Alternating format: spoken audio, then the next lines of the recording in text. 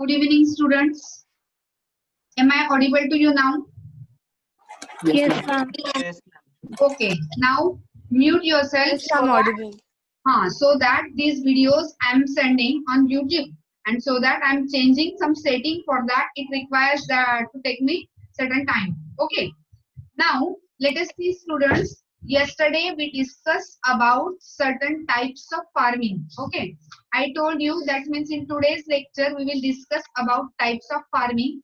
Before that we came to know about that farming is age old activity. हमने क्या पढ़ा था कल कि फार्मिंग क्या है, एक एज ओल्ड एक्टिविटी है. ठीक है. और ओवर ईयर ये जो एक्टिविटी है ये चेंज हो रही है. ठीक है.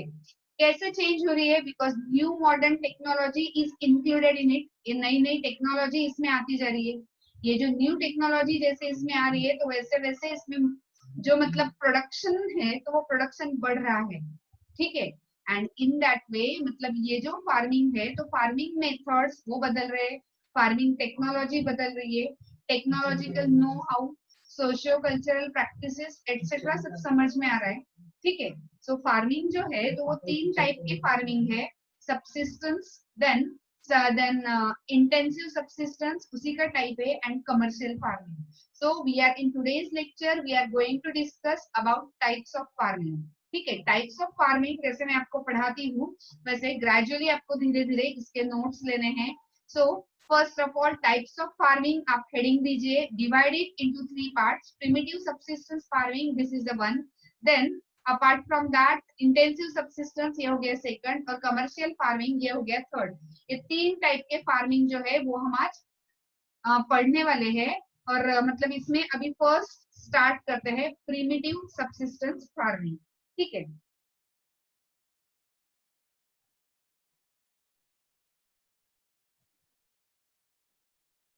प्रीमिटिव सबसिस्टेंस फार्मिंग जो है स्टूडेंट्स, ये प्रीमिटिव सबसिस्टेंस फार्मिंग ये अभी भी फ्यू पॉकेट्स ऑफ इंडिया इसमें प्रैक्टिसाइज होते हैं.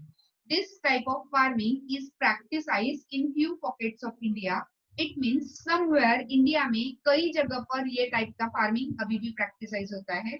प्रीमिटिव सबसिस्टेंस फार्मिंग जो है तो मतलब ये है प्रिमिटिव टूल्स इसमें यूज होते हैं. आपको क्या याद रखना है कि ये फ्यू पॉकेट्स ऑफ इंडिया इसमें ये प्रैक्टिसाइज होता है. This is the first thing. इसमें प्रिमिटिव टूल्स यूज होते हैं. What are primitive tools? Hoe, dao, digging sticks, these are primitive tools. जो पुराने जमाने के टूल्स थे वो टूल्स इसमें यूज होते हैं. ठीक है. और स्मॉल पैचेस ऑफ लैंड पर ये टाइप का फार्मिंग होता है. Then apart from that community labour और फैमिली लेबर, क्योंकि ये स्मॉल स्केल पर होता है and that's why community labour या फिर फैमिली लेबर जो है तो उसी के हिसाब से ये फार्मिंग चलता है. Means no such extra labour are needed for this type of farming. इसमें कुछ भी मतलब न्यू टाइप का या न्यू लेबर या न्यू टेक्नोलॉजी ये यूज नहीं होता, एक्स्ट्रा लेबर नहीं लगता है. ठीक है. And this type of farming is also known as slash and burn agriculture. ये फार्मिंग का एक और नया नाम है, that is slash and burn agriculture. Slash and burn agriculture means what students? देखो ये लोग क्या करते हैं कि जनरली ये टाइप का फार्मिंग प्रैक्टिसाइज करने वाले जो लोग होते हैं, so means what is there means ये जो लोग है, साद why you are raising your hand? No need to raise. Primitive subsistence farming का एग्जांपल है क्या तू? तो स्लैश एंड बर्न एग्रीकल्चर हम इसको बोलते हैं. तो इसमें क्या करते हैं ये लोग, फॉरेस्ट का एक पैच ऑफ लैंड, एक छोटा सा पैच ऑफ लैंड जो है वो क्लियर किया जाता है. ठीक है. और उसमें सीरियल्स और कुछ फूड क्रॉप्स जो है वो ग्रो करके जाते हैं. After selection of patch of land उसका वेजिटेशन क्लियर करते हैं वो. उसके बाद मतलब ये तो वो बर्न करते हैं, और वो जो बर्न की हुई जो एशिश है तो वो भी मतलब एज अ फर्टिलाइजर वो सॉइल में मिक्स कर देते हैं. सो वो जो मतलब बर्न एशिश है तो वो इसमें यूज होते हैं एज अ फर्टिलाइजर का वो काम करते हैं. ठीक है. देन ये जो फार्मर्स है वो क्या करते हैं, जैसे नेचुरल फर्टिलिटी एक टाइप के सॉइल की जब खत्म होती है, एक टाइप के लैंड की जब खत्म होती है तो उसके बाद they shift to another patch of land. ठीक है. दूसरे पैच ऑफ लैंड में ये शिफ्ट हो जाते हैं. The type of shifting cultivation जो है तो मतलब इससे क्या करते हैं, ये this is also known as type of shifting cultivation, इसको शिफ्टिंग कल्टीवेशन भी बोलते हैं। शिफ्टिंग कल्टीवेशन इसको क्यों बोलते हैं बेटा? क्योंकि farmers keep on shifting from one place to another place. Shifting मतलब ये शिफ्ट हो रहे एक जगह से दूसरी जगह पर, that's why it is also known as shifting cultivation. ठीक है, इसको शिफ्टिंग कल्टीवेशन भी हम बोलते हैं। ओके, अभी इसमें देखो और एक है कि मतलब नेचुरल प्रोसेस पर ये लोग डिपेंड है। प्रणव, ये नेचुरल प्रोसेस पर ये लोग डिपेंड है। ठीक है, लैंड प्रोडक्टिविटी नेचुरली मतलब ली जाती है, तो नेचुरली जितना मतलब प्रोडक्शन होता है तो उस पर ही ये लोग डिपेंड होते हैं। देन ये जो फार्मर है तो कोई टाइप के फर्टिलाइजर, कोई टाइप का जो मतलब मॉडर्न इनपुट्स, मॉडर्न सीड्स ऐसा कुछ भी यूज नहीं करते। एंड मतलब इसमें एक 1 मार्क के लिए क्वेश्चन पूछा जा सकता है, one question can be asked for 1 mark, that is कि मतलब अलग अलग जगह पर अलग अलग मतलब नाम है ये टाइप के फार्मिंग को। So this type of farming is known by different names in different places.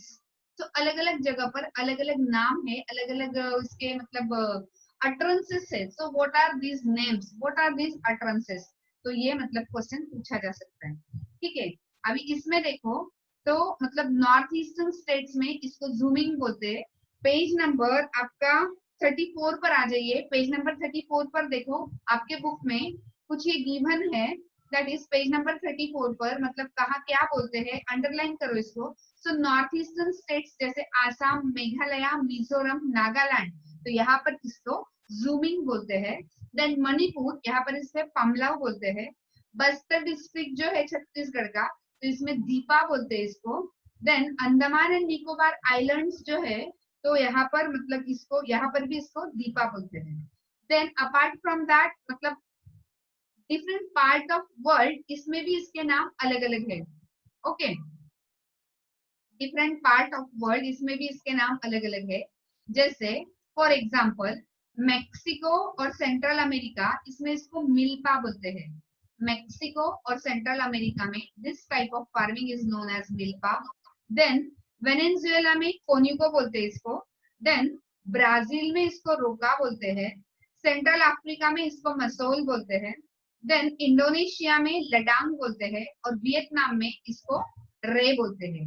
ठीक है, हाँ ये सब याद रखने हैं क्योंकि मतलब 1 मार्क के लिए क्वेश्चन क्या आएगा, कहाँ से मतलब अगर पूछा कि मिल्पा कहाँ बोलते हैं तो मिल्पा जो बोलने वाले जो ये है Mexico and central America countries, वो भी आपको याद रखने हैं।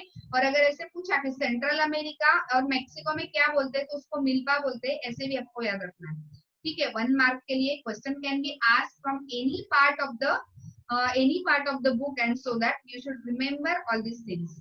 ठीक है, इंडिया में भी ये जो प्रिमिटिव फॉर्म है कल्टीवेशन का, तो इसको मध्य प्रदेश में बेवर या दहिया बोलते हैं। देन पोडू और पेंडा, आंध्र प्रदेश में इसको पोडू या पेंडा बोलते हैं। देन कोंकण, उसके बाद आंध्र प्रदेश में पोडू या पेंडा बोलते हैं। देन परमादाबी और कोमन और ब्रिंगा ये ओडिशा जिसमें बोलते हैं। वेस्टर्न घाट में कुमरी बोलते हैं इसको। देन वॉलरे और वॉल्ट्रे साउथ ईस्टर्न राजस्थान में इसको नाम है ये। देन खील हिमालयन बेल्ट में इसको खील बोलते हैं। देन करुआ झारखंड और झूमिंग यहाँ पर मतलब झारखंड में करुआ बोलते हैं एंड नॉर्थ ईस्टर्न स्टेट्स में इसको जूमिंग बोलते हैं। जैसे ऊपर ही मैंने बताया था कि नॉर्थ ईस्टर्न स्टेट्स में इसको जूमिंग बोलते हैं। So these are the things, ये मतलब ये चीजें कि जिसमें आउट ऑफ इंडिया वर्ल्ड के डिफरेंट पार्ट्स में इसके नाम क्या है, इंडिया के डिफरेंट पार्ट्स में इसके नाम क्या है। बड़ा क्वेश्चन तो नहीं, but for 1 mark it can be asked. मतलब ये जैसे एमसीक्यूज टाइप के क्वेश्चन है उसके लिए पूछा जा सकता है, 1 सेंटेंस का क्वेश्चन है उसके लिए पूछा जा सकता है। देन करेक्ट द स्टेटमेंट, इसमें मतलब जैसे ऐसे एक हाथ को, जैसे फॉर एग्जांपल जूमिंग जो है तो वो नॉर्थ ईस्टर्न स्टेट्स के बजाय मतलब वेस्टर्न घाट में, तो यहाँ पर मतलब आपको तो वेस्टर्न घाट करेक्ट करना है वहां, नहीं तो फिर मतलब ये जूमिंग वेस्टर्न घाट में बोलते हैं ऐसा, नहीं तो फिर इसमें west sorry jhuming north eastern states में है ऐसा बोलना है, या तो फिर वेस्टर्न घाट्स में उसको क्या बोलते हैं, दैट इज वो नाम आपको वहां पर पुट करना है, दैट इज कुमरी। वेस्टर्न घाट में कुमरी बोलते हैं, तो ये नाम आपको वहां पुट अप करना है। तो इसमें आप मतलब कोई भी टाइप यूटिलाइज कर सकते हो कि मतलब कैसे एमसीक्यू आएगा, करेक्ट स्टेटमेंट ये फॉर्म आ सकता है, फिलअप ये फॉर्म आ सकता है। एमसीक्यूज की मतलब एक क्वेश्चन है और उसके 4 मतलब ऑप्शन है, तो ये फॉर्म आ सकता है. So any kind of question can be asked. So let us move to another type of farming, that is intensive subsistence farming. ठीक है, ये जो intensive subsistence farming है, तो मैम मतलब ये फार्मिंग सिर्फ फैमिली के लिए की जाती है क्या? मतलब ऐसे कमर्शियल yes, पे नहीं होती क्या ये फार्मिंग? नहीं, ये फार्मिंग कमर्शियल लेवल पर नहीं होती. Only for satisfying their own family needs this farming is done. तो वहां पर ये फार्मिंग सिर्फ जो है तो वो की जाती है. तो इन दैट वे ये जो फार्मिंग है, तो मतलब ऐसे, इसीलिए तो इसका मतलब रीजन है कि ये क्या करते हैं कि मतलब ये जो टाइप का फार्मिंग है, तो जस्ट फैमिली नीड्स को सेटिस्फाई करने के लिए ही इसको किया जाता है. ठीक है, अभी इंटेंसिव सब्सिस्टेंस के लिए एक और स्क्रीन आपके साथ शेयर करती हूँ. हेडिंग दो, put heading intensive subsistence farming. ठीक है, सो ये जो इंटेंसिव सब्सिस्टेंस फार्मिंग है, तो मतलब इसके जो मतलब क्या इसमें रिक्वायरमेंट्स है, कैसे ये फार्मिंग टाइप जो है तो वो किया जाता है. So let us see it with this screen share, जिसके साथ मैं आपको बताती हूँ इंटेंसिव सब्सिस्टेंस फार्मिंग जो है ये कैसे किया जाता है. अभी ये जो इंटेंसिव सब्सिस्टेंस फार्मिंग है बेटा, तो ये इंटेंसिव सब्सिस्टेंस फार्मिंग जो है तो हाई पॉपुलेशन वाले एरिया में इसको प्रैक्टिसाइज किया जाता है. तो intensive subsistence farming is practise in high population area. High population area में इसको प्रैक्टिसाइज किया जाता है. सेकंड थिंग कि means high pressure on land. Land पर बहुत ज्यादा प्रेशर होता है. क्यों होता है लैंड पर pressure? Means let me explain. क्योंकि पॉपुलेशन इतना ज्यादा हाई है, तो इतनी ज्यादा हाई पॉपुलेशन को प्रोडक्शन भी उतना लगेगा. सो फूड ग्रेन का प्रोडक्शन जो है उतना आना चाहिए, ताकि फार्मर्स जो है तो उसका फैमिली इनकम वो भी बढ़ा रहे, और एट द सेम टाइम ये जो ग्रोइंग नीड्स है फूड ग्रेन्स की वो भी सेटिस्फाई हो. That is why there is high pressure on land, high pressure in land. Third, ये लेबर इंटेंसिव फार्मिंग, जैसे स्लैश एंड बर्न एग्रीकल्चर में हमने देखा, या ये सब प्रिमिटिव सब्सिस्टेंस फार्मिंग में हमने देखा कि लेबर रिक्वायरमेंट इसका लो होता है, इतना ज्यादा इसमें लेबर नहीं लगता है. ठीक है, फैमिली लेबर या कम्युनिटी लेबर इसके हिसाब से ही ये पूरा कर लेते हैं. But here in intensive subsistence farming इनको मतलब फैमिली लेबर की जरूरत पड़ती तो है, पर इसके अलावा फैमिली लेबर के अलावा मतलब और बाहर से लेबर जो है तो वो बुलाने पड़ते हैं. तो this is labour intensive farming, इसमें बहुत सारा लेबर लगता है. एंड फोर्थ पॉइंट कि बायोकेमिकल इनपुट्स जो है, तो बायोकेमिकल इनपुट्स और मतलब इरिगेशन, ये दोनों फैसिलिटीज जो है तो हायर प्रोडक्शन ऑब्टेन करने के लिए ये दोनों फैसिलिटीज जो है तो वो मतलब यूज करनी होती है, तभी उनको हायर प्रोडक्शन मिल पाता है. This is what the case is. So intensive subsistence farming जो है, तो इसमें मतलब 4 पॉइंट्स आपको जो याद रखने वाले हैं कि हाई पॉपुलेशन वाले एरिया में लैंड पर प्रेशर हाई होता है. देन लेबर इंटेंसिव फार्मिंग है, बायोकेमिकल इनपुट्स जो है तो वो ज्यादा लगते हैं. अभी इसके कुछ ड्रॉबैक्स भी है बेटा. What are the drawbacks? मतलब इसके ड्रॉबैक्स क्या है बताओ. देखो, ये जो मतलब केमिकल यूज होता है इसमें, तो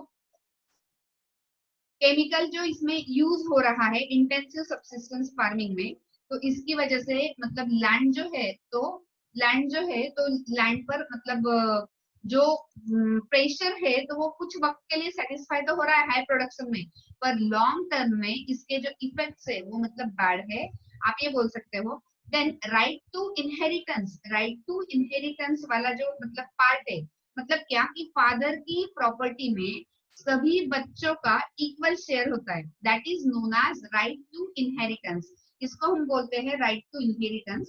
सो ये जो राइट टू इनहेरिटेंस है, तो इसके वजह से एक ही सेम लैंड जो है, तो सेम लैंड मतलब कंटिन्यूअसली इसमें यूज हो रही है जनरेशन टू जनरेशन, उसके मतलब सक्सेसिव जनरेशन में बंटवारा होते जा रहे हैं. तो लैंड साइज जो है तो वो छोटी छोटी होती जा रही है. तो देखो डियर स्टूडेंट्स, तो जब भी मतलब लैंड साइज छोटी छोटी होती जाएगी, सक्सेसिव जनरेशन जितनी बढ़ेगी, सो उतना मतलब उनमें बंटवारा होगा वो लैंड का, वो लैंड होल्डिंग साइज जो है वो इकोनॉमिकल होती जाएगी, सॉरी अनइकोनॉमिकल होती जाएगी, छोटी छोटी होती जाएगी. और फार्मर्स जो है तो वो मैक्सिमम आउटपुट वो लिमिटेड पीस ऑफ लैंड जो है उसी में से लेने की कोशिश करेंगे.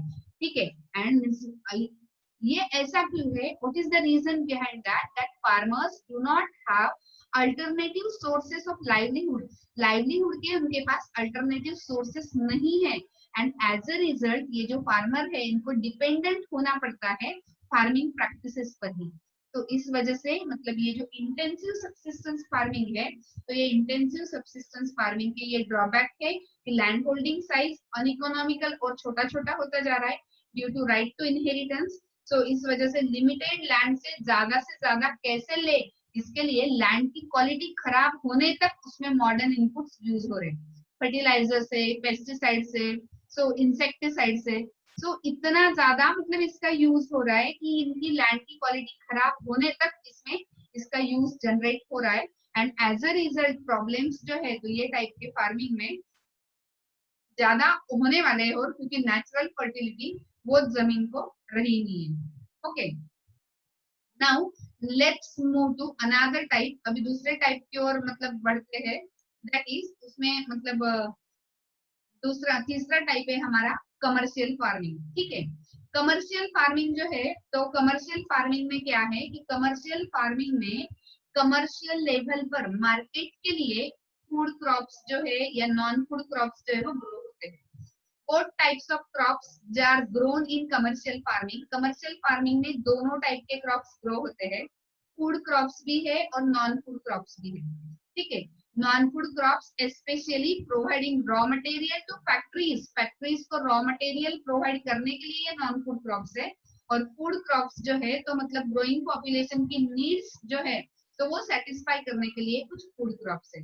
तो कमर्शियल लेवल पर ये फार्मिंग है एंड दैट्स व्हाई मतलब कमर्शियल फार्मिंग इसका नाम है. ठीक है, तो इसके मेन कैरेक्टरिस्टिक्स हम पढ़ेंगे कमर्शियल फार्मिंग के. मेन कैरेक्टरिस्टिक्स जो है कमर्शियल फार्मिंग के, इसमें देखो मॉडर्न इनपुट्स जो है वो बहुत ज्यादा यूज होते हैं, हाइयर डोसेस यूज होते हैं बेटा. फॉर एग्जांपल HYV सीड्स, वही सीड्स यूज करते हैं, केमिकल फर्टिलाइजर्स यूज होते हैं, इंसेक्टिसाइड्स, पेस्टिसाइड्स मतलब जो है तो यही टाइप के सब ये यूज होते हैं और हाइयर प्रोडक्टिविटी ऑब्टेन करने की कोशिश होती है. अभी डिग्री ऑफ कमर्शियलाइजेशन जो है ये एक रीजन से अनदर रीजन में दूसरा हो सकता है. डिग्री ऑफ कमर्शियलाइजेशन जो है so that can be very from means one region to another, एक रीजन से अनदर रीजन में ये डिग्री ऑफ कमर्शियलाइजेशन जो है वो अलग अलग हो सकता है. फॉर एग्जाम्पल जैसे राइस कमर्शियल क्रॉप है हरियाणा का और पंजाब का, बट ओडिशा का ये सबसिस्टेंस क्रॉप है. तो मतलब कहाँ कौन सा क्रॉप कमर्शियल है वो डिपेंड करता है वहां का क्लाइमेट कैसा है, सॉइल कैसी है, फर्टिलिटी लेवल्स क्या है लैंड के. सो डिपेंड्स कि कमर्शियल फार्मिंग जो है वो क्या है. Now let us see for now plantation agriculture. Plantation क्या है? Plantation is type of commercial farming. Plantation is a type of commercial farming. Plantation जो है तो कमर्शियल फार्मिंग का एक टाइप है. ओके, तो प्लांटेशन में मतलब क्या होता है, देखो इसमें सिंगल क्रॉप जो है तो सिंगल क्रॉप अलग अलग मतलब इसमें ग्रो होता है लार्ज एरिया में. मतलब ये सिंगल क्रॉप ग्रो किया जाता है, एक सिंगल क्रॉप है और उसको लार्ज एरिया में ग्रो किया जाता है. That is commercial farming, that is a type of plantation. तो प्लांटेशन क्या है? बेसिकली ये कमर्शियल फार्मिंग का ही एक टाइप है. इसमें क्या है कि मतलब ये interface of agriculture and industry, इसको क्या बोलते हैं? Interface of agriculture and industry. Interface of agriculture and industry मतलब क्या? ये एग्रीकल्चर के लिए भी सपोर्टिव है एंड इंडस्ट्रीज के लिए भी ये सपोर्टिव है. That's why it is known as interface of agriculture and industry.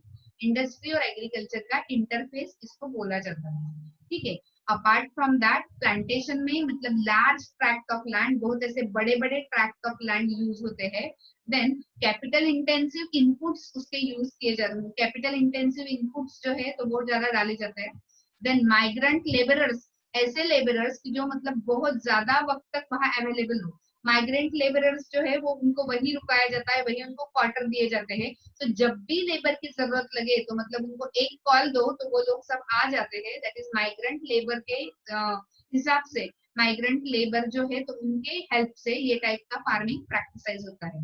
We are looking for plantation, हम प्लांटेशन देख रहे हैं. तो ये जो प्रोड्यूस है तो ये मतलब as a raw material respective industry में यूज होता है. इंडिया में देखो टी प्लांटेशन है, कॉफी प्लांटेशन है, apart from that rubber plantation है, sugar cane and banana plantation है। ठीक है, so important plantation crops India के रहे।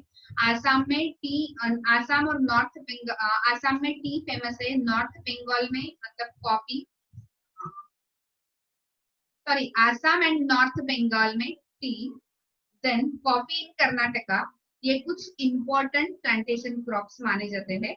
देन ये जो प्रोडक्शन है तो मेनली ये मार्केट के लिए है। ठीक है, वेल डेवलप नेटवर्क ट्रांसपोर्ट का, कम्युनिकेशन का, सभी टाइप, मतलब जहां पर ये प्लांटेशन फार्मिंग है वहां पर एयरपोर्ट भी रहेगा, वहां पर रेलवे का सिस्टम भी बहुत अच्छा रहेगा। So well develop network of transportation, transportation का बहुत अच्छा नेटवर्क वहां पर पाया जाता है। And at the same time communication system भी अच्छी होती है। देन ये जो इंडस्ट्रीज है तो ये मतलब ये प्रोसेसिंग इंडस्ट्रीज भी यही आसपास ही होती है, तो इस वजह से मतलब डेवलपमेंट ये एरिया का अच्छा होता है। दैट इज वाई प्लांटेशन जो है या कमर्शियल एग्रीकल्चर जो है, जहां पर ये कमर्शियल एग्रीकल्चर या प्लांटेशन प्रैक्टिसाइज होता है तो वहां पर मतलब ये सारा इंफ्रास्ट्रक्चर बहुत ज्यादा अच्छा पाया जाता है।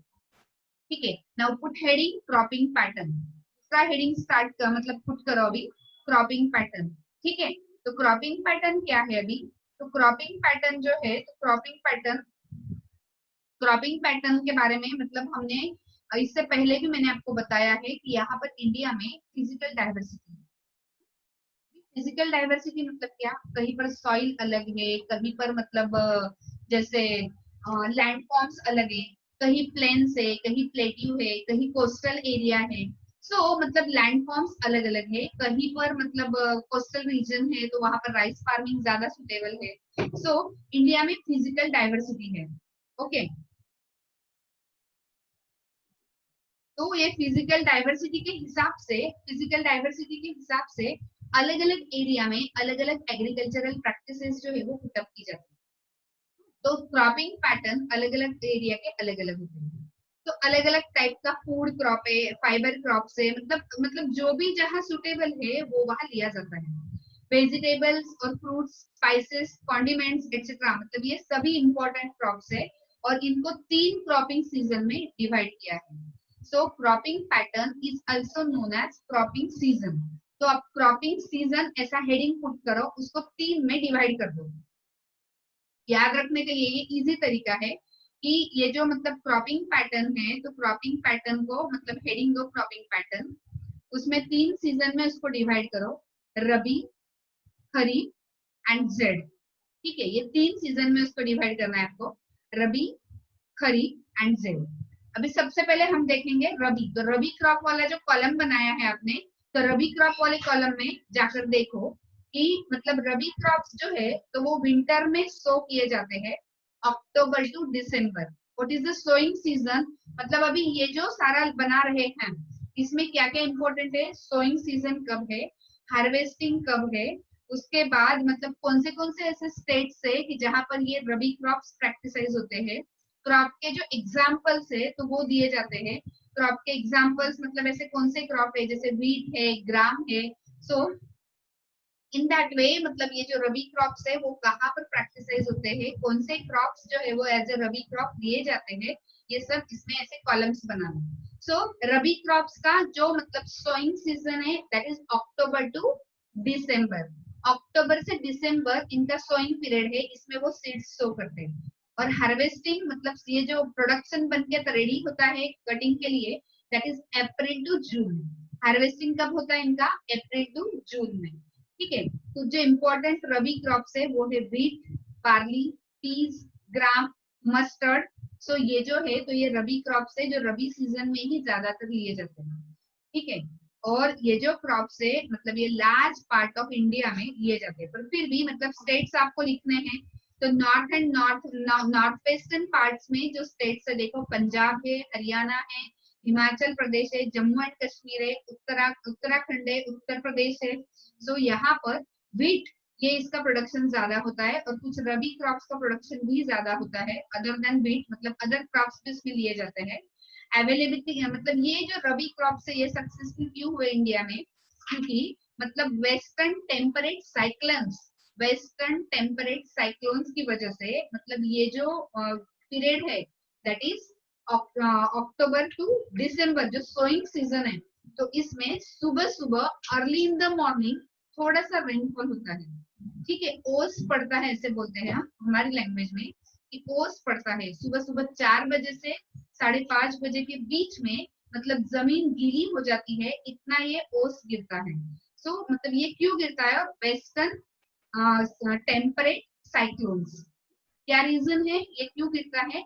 वेस्टर्न टेम्परेट साइक्लोन्स की वजह से, ठीक है। तो वेस्टर्न टेम्परेट साइक्लोन्स की वजह से ये मतलब ये ओस गिरते हैं, और इसकी वजह से ये जो क्रॉप्स है इंडिया में हाईली सक्सेसफुल हुए, ठीक है। तो पंजाब, हरियाणा, यूपी जो है, और कुछ राजस्थान का कुछ पार्ट जहाँ पर एल्यूवियल सॉइल स्प्रेड हुई है, तो वहां पर मतलब ये रबी क्रॉप्स जो है वो बहुत ज्यादा इंपॉर्टेंट क्रॉप्स माने जाते हैं, प्रोडक्शन लार्ज स्केल में होता है। नाउ सेकंड कॉलम में आ जाओ, खरीफ क्रॉप। अब ये जो खरीफ क्रॉप है, ऑनसेट ऑफ मॉनसून, मतलब यही पीरियड है उसका सोइंग सीजन, कि मॉनसून आया, स्टार्ट हुआ मॉनसून, तो उस वक्त इसका सोइंग सीजन होता है, ठीक है। तो कंट्री में that is June July, that is the sowing period of kharif crop, और सितंबर अक्टूबर जो है ये हार्वेस्टिंग है, हार्वेस्टिंग टाइम सितंबर अक्टूबर में हार्वेस्टिंग हो जाता है क्रॉप्स का। इंपॉर्टेंट क्रॉप्स ये सीजन में जो लिए जाते हैं, तो कौन से इंपॉर्टेंट क्रॉप्स है? कॉलम बनाओ इंपॉर्टेंट क्रॉप्स का, डैश करके लिखो, paddy, maize, jowar, bajra, that is toor, moong, urad, cotton, jute, groundnut, soybean, these are kharif crops. कुछ जो most important rice growing regions है, तो Assam, west Bengal, then coastal regions, Odisha, Andhra, Telangana, Tamil Nadu, then Kerala, Maharashtra, particularly Konkan coast Maharashtra का, यूपी, बिहार। तो यहाँ पर मतलब पैडी जो है तो ये इंपॉर्टेंट क्रॉप माना जाता है। So paddy is regarded as important crop in this, इसमें पैडी इंपॉर्टेंट क्रॉप जो है वो माना जाता है, ठीक है।